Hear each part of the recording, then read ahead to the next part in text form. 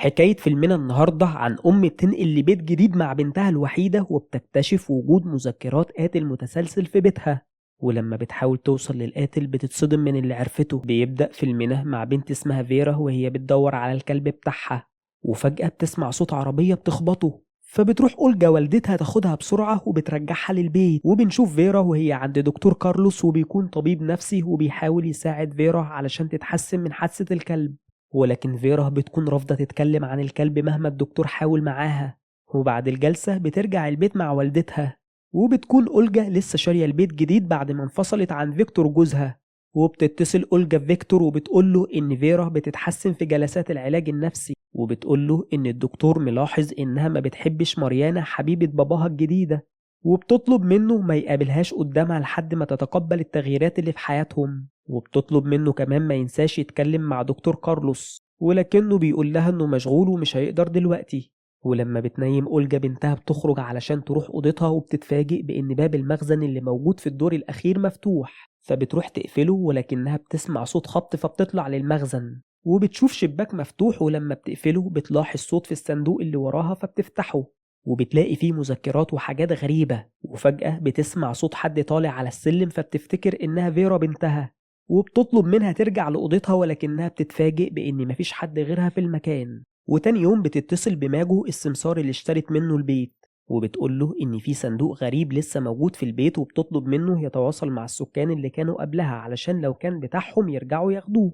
وبتطلب منه كمان يبعت لها حد يصلح كهربة البيت لأنها ضعيفة جدا. وبيرن الجرس وبيكون فيكتور رايح ياخد فيرا علشان تقضي معاه الأجازة. ولما فيرا بتشوفه بتقوله إنها رسمته وبتوريه رسمتها، وبيمدح فيكتور رسمها وبيقول لها إنها تتبسط جدا في الأجازة معاه. وبتكون فيرا فاكرة إن ماريانا مش هتكون موجودة معاهم، ولما بيقول لها فيكتور إنها تقضي الأجازة معاهم بتتضايق وبتكون مش عاوزة تروح معاه. ولكن والدتها بتطلب منها تروح مع باباها وبتقول لها إنها تتبسط جدا معاه. ولما بتخرج فيرا علشان تركب العربية بتقول أولجا لفيكتور إنه مش المفروض يجبر فيرا علشان تحب ماريانا، وبتطلب منه يتصل بدكتور كارلوس. ولما بيمشوا بتدخل تنظف مكتبها ولكنها بتسمع صوت صفارة مزعج جدا، وبتحس بألم قوي جدا في دماغها وبتشوف مكتبة وحاجات كتير غريبة ما كانتش موجودة في المكتب. ولما بيختفي الصوت بتخرج من المكتب بسرعة وبترجع كل حاجة زي ما كانت. وبيتصل بيها ماجو وبيعرفها انه ملقاش صاحب الصندوق وبيطلب منها تتخلص منه.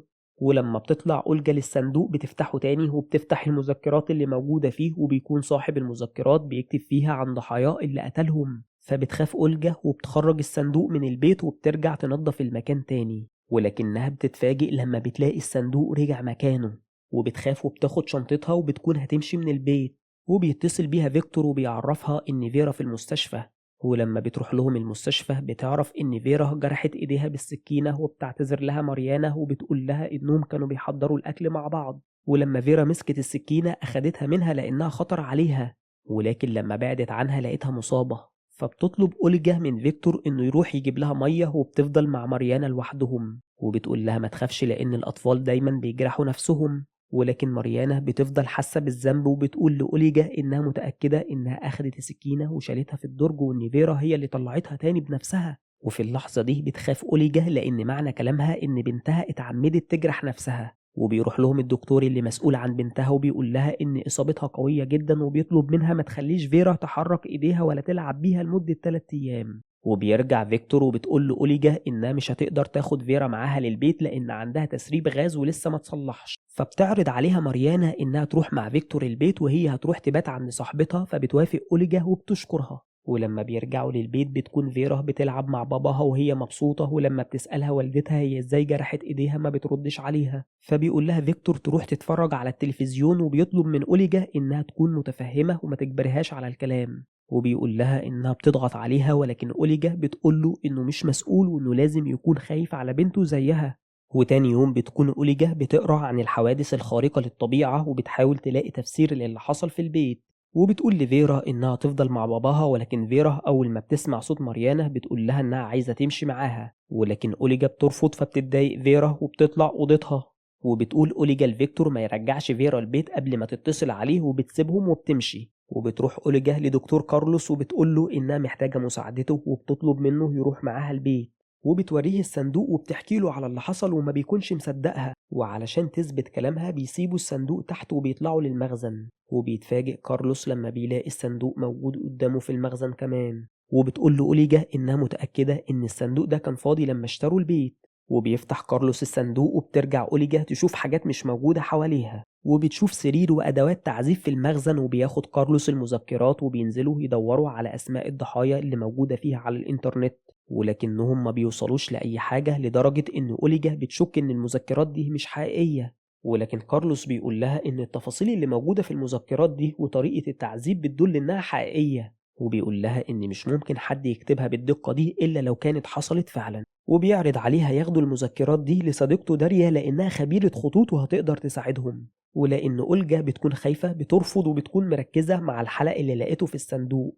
وبيقرأ كارلوس المذكرات وبيكون القاتل كاتب إن السبب اللي غير مسار حياته هي هزة قوية جدا حصلت له في يوم غريب.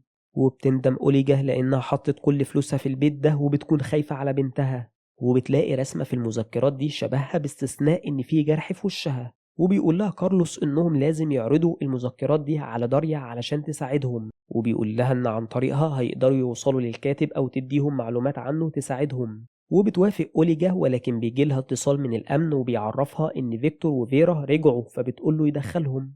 وبتقول لكارلوس يخبي الصندوق، ولكن كارلوس بيقول لها إن فيرا مش المفروض تشوفهم مع بعض. وبتطلع تقابل بنتها وبيشوف فيكتور العربية اللي موجودة قدام البيت، وبيعتذر لأوليجا لأنه ما يعرفش إن في حد معاها، وبيقول لها إن فيرا هي اللي أصرت ترجع وهو اتصل عليها ولكنها مرض. فبتقول له إنها ما خدتش بالها من اتصاله، ولكن لما بتدخل فيرا البيت وبتشوف دكتور كارلوس بتتضايق، وبتسأل والدتها لو كانت مرتبطة بيه، ولكن والدتها بتقول لها إنها كانت محتاجة مساعدته. ولما بيشوف كارلوس إيديها بيسألها إيه اللي حصل، ولكن فيرا بتقول له إنها مجرد حادثة وبتطلع أوضتها. وبتقول أوليجا لكارلوس إن هي اللي جرحت نفسها لأنها متضايقة إن ماريانا عايشة مع باباها. وبالليل بتسأل فيرا والدتها تاني ليه دكتور كارلوس كان موجود، فبتقول لها أوليجا إنها كانت خايفة من حاجة وعلشان كده طلبت مساعدته. فبتقول لها فيرا ما تخافش لأنها تفضل معاها. وتاني يوم بتكون أوليجا بتنظف أوضة فيرا وبتكون الألعاب كتيرة، فبتبعت رسالة لفيكتور وبتطلب منه يشتري لفيرا هدية تنظم فيها ألعابها. وبتشوف بالصدفة رسمة لفيرا بتكون رسمها فيها لنفسها وهي بتقتل الكلب بالسكينة. وبتتصل بكارلوس وبتتأكد أوليجا إن فيرا هي اللي قتلت الكلب بعد ما اتعرض للحادثة. ولما بيتكلم كارلوس معاها بتقوله إن الكلب كان بيتعذب ومحدش قدر يساعده وهي قتلته علشان ما يكونش بيتعذب. فبيسألها كارلوس لو كانت جرحت نفسها علشان تثبت إن ماريانا ما بتاخدش بالها منها، ولكنها بتنكر وبتقوله إنها كانت حادثة وإن ماريانا هي اللي ما أخدتش بالها منها. وبعد الجلسة بيتكلم كارلوس مع أوليجا وبيقول لها إن فيرا قتلت الكلب لأنها حست إنها المسؤولة عنه، وبيقول لها إنها شايفة إن كل تصرفاتها صح وبتستغل انفصالهم علشان تتحكم فيهم. فبتطلب منه يشرح الكلام ده لفيكتور وبيروحوا يقابلوا داريا.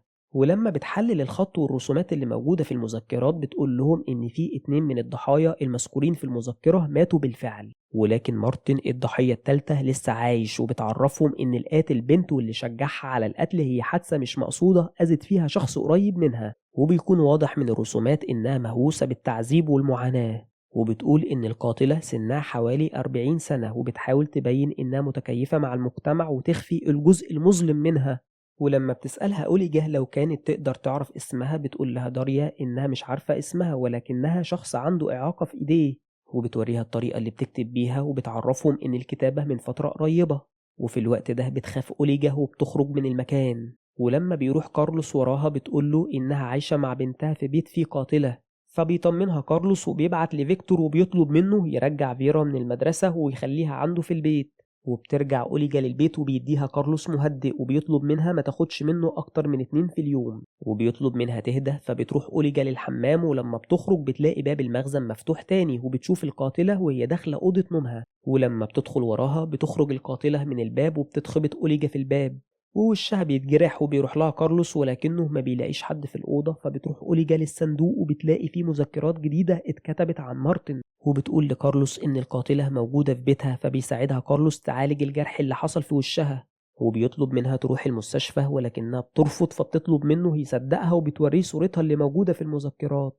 وبتقارنها بوشها علشان يصدق إنهم نفس الشخص، وبتقرر تدور على مارتن علشان يحلوا اللغز. ولكنهم لما بيروحوا للمكان اللي المفروض إنهم هيقابلوا مارتن فيه بيتفاجئوا بإن مارتن مجرد طفل صغير عايش مع والدته. فبيمشوا من المكان وبتكون أوليجا مش فاهمة إيه اللي بيحصل وبتتلخبط أكتر. ولما بترجع فيرا للبيت وبتشوف والدتها الطريقة اللي بقت بتكتب بيها بتفتكر كلام داريا وبتاخد القلم من فيرا وبتقول لها ما تستخدمش إيديها لحد ما الجرح يخف. وفي الوقت ده بيروح لها فيكتور وبيكون معاه هدية لفيرا وبتتصدم أوليجا لما بتشوف الهدية لأنه بيكون نفس الصندوق.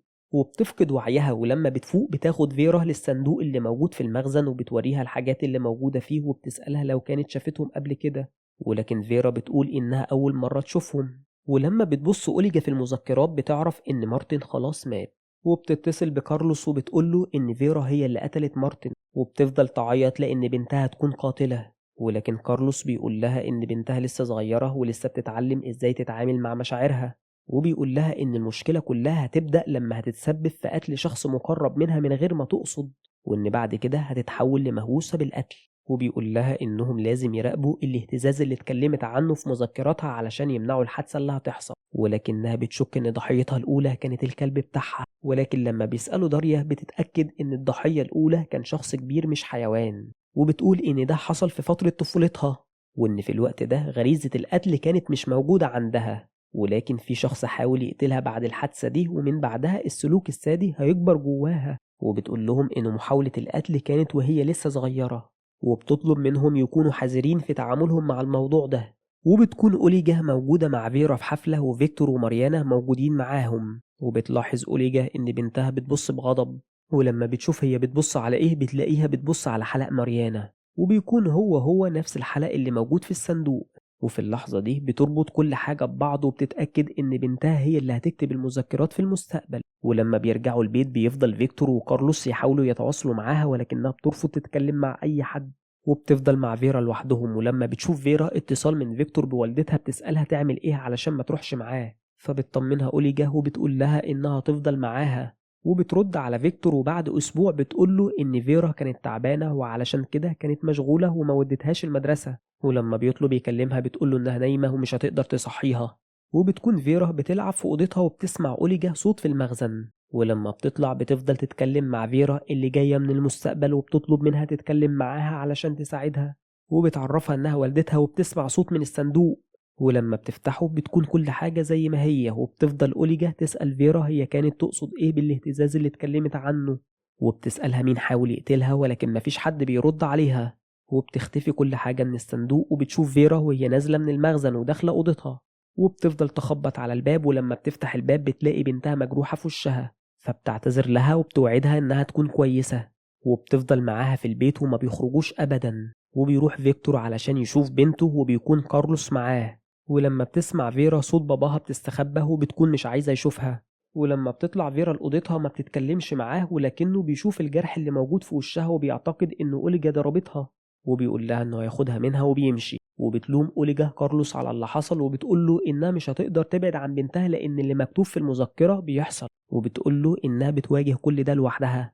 ولكنه بيطمنها وبيقول لها إنها مش لوحدها وإنه هيساعدها. وبيسألها لو كانت شافت فيرا الكبيرة فبتحكي له اللي حصل وآخر مرة شافتها فيها، وبتعرفه إنها ما رجعتش تاني والصندوق بقى فاضي. وبتعرفه إن فيرا مش لازم تفضل مع ماريانا لأنها هتكون ضحيتها الأولى، وبتقوله إن الحلق اللي في الصندوق دليل على كلامها. ولكن كارلوس بيقول لها إنها بتتصرف غلط وما ينفعش تعزل فيرا عن العالم بسبب خوفها عليها، ولكنها بتقوله إن محدش فاهمها وإنها ما ينفعش تسيبها مع فيكتور وماريانا. وبيرن الجرس وبيكون فيكتور ومعاه شرطة علشان ياخد بنته، فبتاخد أوليجا المهدئ وبتقول لكارلوس إنهم هيندموا على اللي عملوه. وبتطلع تعرف فيرا إن باباها هياخدها، وبتطلب منها تتعامل مع ماريانا كويس وبتوعدها إنها ترجع تعيش معاها تاني قريب.